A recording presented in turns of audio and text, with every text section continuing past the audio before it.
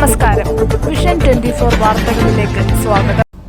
High school higher secondary ലയനം ശുപാർശ ചെയ്യുന്ന കരട് റിപ്പോർട്ടിനെതിരെ federation of higher secondary school teachers അസോസിയേഷന്റെ നേതൃത്വത്തിൽ സംസ്ഥാന വ്യാപകമായി ഹയർ സെക്കൻഡറി മൂല്യനിർണ്ണയ ക്യാമ്പുകളിൽ നടത്തുന്ന ലയനവിരുദ്ധ പ്രതിഷേധ സംഗമത്തിന്റെ ഭാഗമായി കുറ്റ്യാടി വാല്യുവേഷൻ സെന്ററിനു മുന്നിൽ അധ്യാപകർ പ്രതിഷേധ സംഗമം നടത്തി.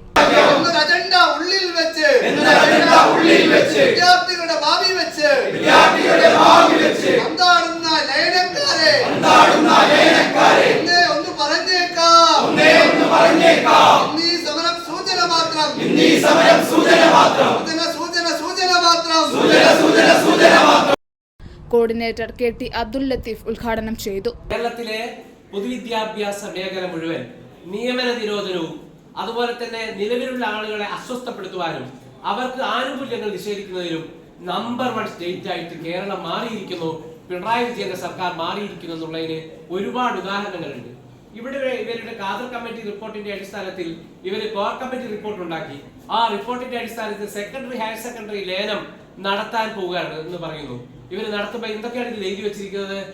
എല്ലാ ഹൈസ്കൂൾ അധ്യാപകർക്കും HSST ഹയർ സെക്കൻഡറി അധ്യാപകരുടെ ശമ്പളം കൊടുക്കുന്നതാണ്. അവരുടെ യോഗ്യത എന്താണ്? ഹൈസ്കൂളിലെ 54,000-ഓളം വരുന്ന അധ്യാപകർ, ഇപ്പോൾ ഹൈസ്കൂളിൽ 54,000-ഓളം വരുന്ന അധ്യാപകരുണ്ട്. അവർക്ക് PG BEd ഉണ്ടെങ്കിൽ എന്ത് ചെയ്യും? HSST-മാരുടെ ഹയർ സെക്കൻഡറി അധ്യാപകരുടെ ശമ്പളം കൊടുക്കുന്നതാണ് പറയുന്നത്. CK അനിൽകുമാർ അധ്യക്ഷത വഹിച്ചു.